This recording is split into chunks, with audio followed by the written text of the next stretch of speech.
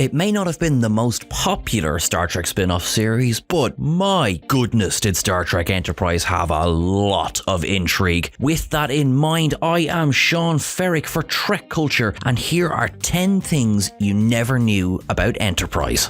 Number 10. Dropping Star Trek from the title, backfired. A lot of thought went into the actual rollout of Enterprise. Brannon Braga and Rick Berman were very conscious of the oversaturation that Star Trek was ironically enjoying at the beginning of the 21st century, with Voyager coming to an end and the Next Generation movie still in production. While there were at one point talks about having Season 1 of Enterprise run concurrently with Season 7 of Voyager, they ultimately opted for a gap in broadcasting. Star Trek was dropped from the name of the show, with the producers opting instead to go with just Enterprise. There were two reasons for this. First, Rick Berman explained if there was one word that was instantly recognizable to all Star Trek fans, it was Enterprise. Second, leaving Star Trek off the name of the show might encourage new fans to try the series, rather than simply relying on returning Trekkies. The gamble didn't pay off, and the numbers were mostly quite low for the first two seasons. In fact, when approaching the end of the second season, the existing fans were bracing themselves for cancellation. A letter-writing campaign saved the show, though Paramount insisted on a few changes. First, there was to be the addition of much more action, which resulted in the Xindi arc. Second, Star Trek had to be inserted into the name of the show, in the hope that fans of the franchise would come back and boost the ratings. This bought the show 2 more seasons. Number 9. Tom Hardy and Linda Park were an item while filming.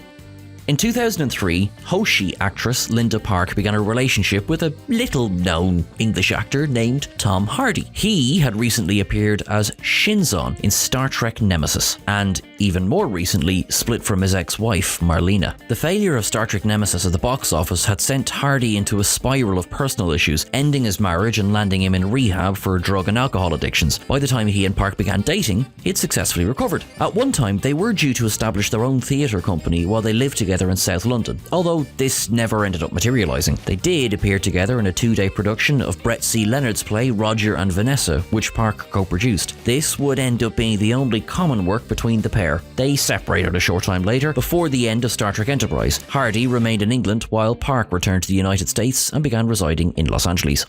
Number 8. Kirk, Spock and McCoy are in the pilot. Admiral Maxwell Forrest was named after DeForest Kelley, the actor who played Dr. McCoy in the original series and the original series movies. He was the first of the trio to pass away, having succumbed to stomach cancer in 1999. However, he is not the only member of Star Trek's famous trio to appear in Enterprise. In fact, in the pilot episode Broken Bow, Bones, Spock and Kirk all received tributes. Alongside Admiral Forrest, there's 2 other Starfleet personnel present at the examination of the Klingon who'd made his way to Earth. Standing in the room are Admiral Leonard, played by Jim Beaver, and Commander Williams, played by Jim Fitzpatrick. DeForest Kelley, Leonard Nimoy and William Shatner are Star Trek's original throuple, with all 3 of them being recognised here. The fact that, of the 3, Kirk's actor's namesake receives the lowest rank may have been a bit of cheeky shade thrown at Shatner as well, who was very well known for doing his best to receive the lion's share of the limelight while filming Star Trek. Number 7. T'Pau was originally going to be on the ship full-time.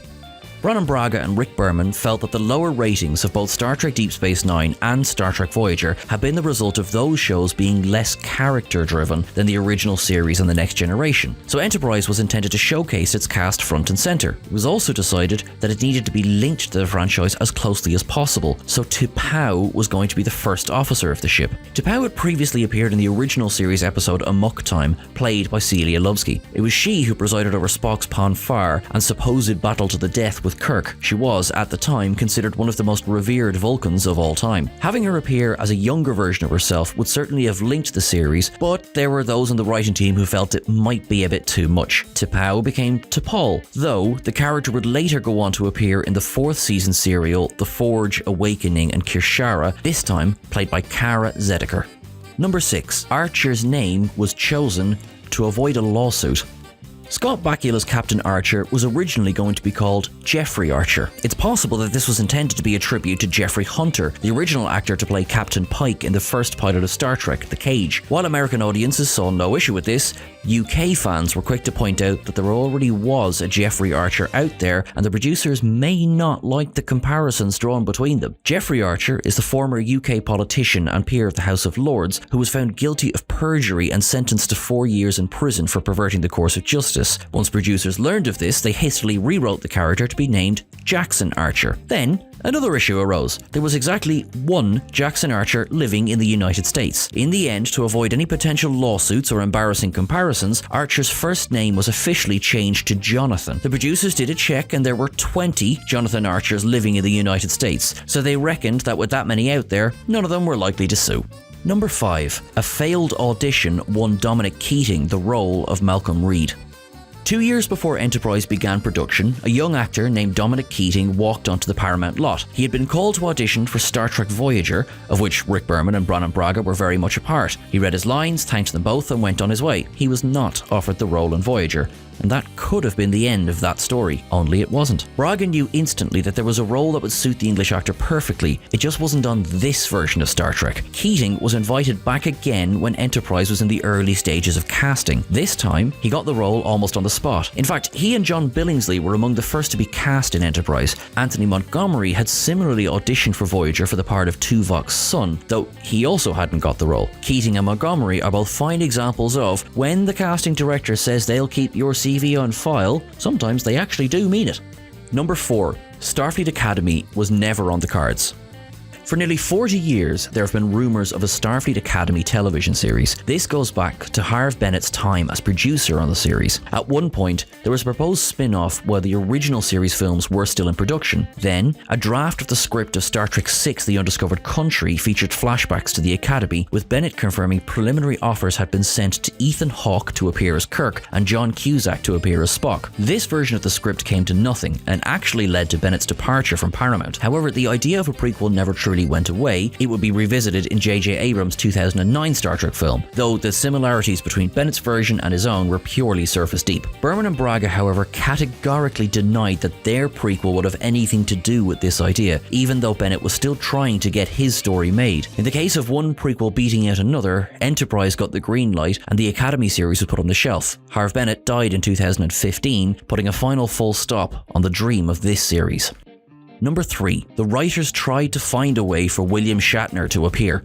Throughout all 4 years of Enterprise's lifespan, rumours persisted that William Shatner was being sought for a role. This was often denied by producers, though for one reason or another, the idea of a cameo simply would not fade away. When it came to the 4th season of the show, Judith and Garfield Reeve Stevens, a writing married couple who had authored several Trek novels together, had been brought on board by Manny Coto. They pitched the idea that the Tantalus field, the device originally shown in Mirror Mirror, was in fact not a killer weapon. Instead, it sent its victims back into the far past. That way, they pitched, William Shatner could return to the franchise playing his mirror counterpart. They sent this idea to Rick Berman and Brannon Braga, though the executive producers had other ideas. They wanted to have Shatner appear as chef, the oft-discussed but never-seen cook aboard Enterprise. He would be brought into the future by crewman Daniels, the temporal agent, and tasked with impersonating Kirk. None of the parties concerned could settle on an idea before the show was cancelled midway through the 4th season. Number 2. There is a myth that the 9th Doctor was going to appear on the show.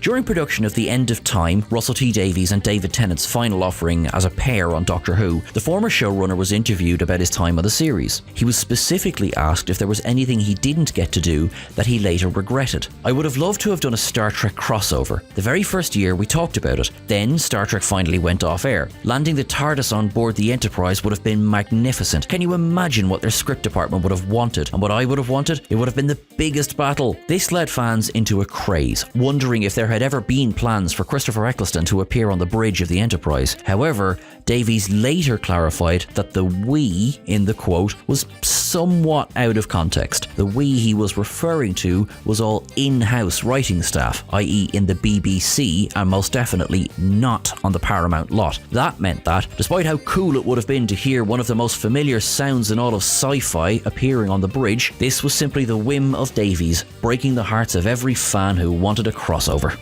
Number 1. There was talks of an animated movie spin-off. Although Star Trek Enterprise was cancelled definitively while the 4th season was still shooting, showrunner Manny Coto did not altogether give up hope. He had begun to outline plans for a 5th season, one of which would have seen Enterprise undergo a huge refit to add an additional star drive section. However, in a case of bizarre serendipity, one of Coto's plans coincided with the idea of writer Jimmy Diggs. Coto's idea formed the basis of Kilkenny Cats, his proposed episode that would feature the return of Larry Niven's aliens, the Kzinti. These feline warriors had previously appeared in the animated series, but they'd not been seen in the franchise since. Diggs' idea was for a CGI film named Star Trek Lions of the Night, which would see Captain Hikaru Sulu command the Enterprise, attempting to prevent a Kzinti invasion of the Federation. Coto hired Diggs to join the writing team, with both men combining elements of each script, which would be officially titled Kilkenny Cats. Artist Josh Finney designed the Kzinti warship, but alas, none of these plans ever bore fruit. That's everything for our list today. If you can think of anything we might have missed, please drop it into the comments below. Please don't forget to like, share and subscribe. Remember, you can catch us over on Twitter at Trek Cultured. You can catch myself at Sean Ferrick as well. Whatever you do in the meantime, look after yourselves, look after your friends and family. Remember, keep some faith of the heart and live long and prosper. Thanks, guys.